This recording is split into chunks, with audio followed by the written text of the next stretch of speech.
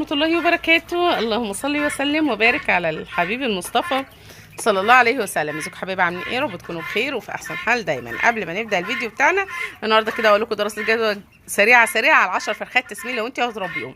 النهارده نهايه دوره الفراخ التسمين بتاعتي، بيعمل لهم بقالي 3 ايام، والنهارده اخر يوم، باقي شويه صغيرين كده، دول هاخدهم للبيت باذن الله. طبعا انا ذبحت كميه اصلا للبيت، وهناخد كميه كمان معانا الشويه الباقيين اللي هم 5 6 7 فرخات كده. بس حبيت قبل ما ننهي الدوره بتاعتنا كده ونخلص منهم خالص اقول لكم دراسه جدوى على السريع كده لمشروع الفراخ البيضة، او لو مش مشروع حتى هيبقوا عندنا للبيت، فاعرفي اكتر كده لو انت هتربيهم لبيتك بجد هتستفادي كتير قوي. اول حاجه بدايه كده عايزين نقول سعر الفراخ، سعر الكتاكيت غالي والناس بتشتري وبتشتغل. ليه؟ ما هو كل الفراخ رافع جدا. كيلو الفراخ البيضة النهارده ب 80 جنيه.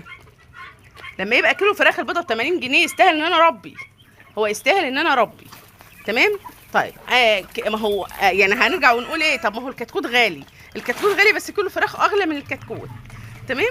طيب امسك معاكم الديك ده كده ونحطه على الميزان ونشوف ميزانه ايه كده قبل ما ندخل على الفيديو بتاعنا. اول حاجه كده الميزان طبعا ده للمرمطه.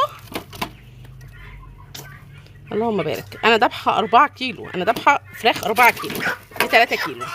انا ذابحه 4 كيلو والله العظيم، ذابحه منهم 4 كيلو. اللهم بارك. حجم الفراخ بتاعتي تلاتات، انا بحب التلاتات، بحب التلاتة 3 ونص 4 كيلو. انا بحب الفراخ اللي بتبقى وزنها كده.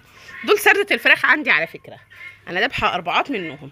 طيب ال10 فرخات كده على السريع، ال10 كتاكيت على السريع كده، لو الكتكوت ب 30 جنيه فال10 ب 300 جنيه. ال10 هياكلوا معايا 30 كيلو علف، ال 30 في 20 100 جنيه، ال 30 في 30 هم هياكلوا 30 كيلو علف، ال 30 في 30 ب 900 جنيه. ومعايا 300 جنيه تمن الكتكوت، يبقوا 1200 جنيه على السريع. مفيش كلام تاني، لا ادويه ولا فرشه ولا تدفيه ولا اي حاجه خالص، مش هتحتاجي لهم اي حاجه خالص. انا مربيه هنا كانوا تقريبا كده 90 فرخه، 90 فرخه، لا حطيت لهم سنت دواء ولا ولعت لهم تدفيه ولا حطيت لهم فرشه، هم متربين على الارض كده. حتى لما كنت بحتار قوي، كنت انا عندي التبن على فكره، كنت برش رشه تبن خفيفه كده وخلاص. يعني ال10 لو ورق كراسات هتفرشي تحتيهم ورق كتب، شويه نشاره، شويه قش من الارض كده، مش محتاجين ولا ذره دواء هتحطيها للفرخ. مفيش ذره دواء واحده مش هتحطها للفراخ. طيب كده كلفنا ال10 فرخات بتوعنا 1200 جنيه. 1200 جنيه. تعالوا كده نحسب الفرخه بتاعتنا.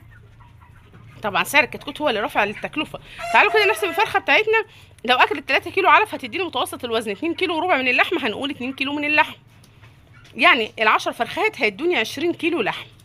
20 في 80 ب 1600 جنيه.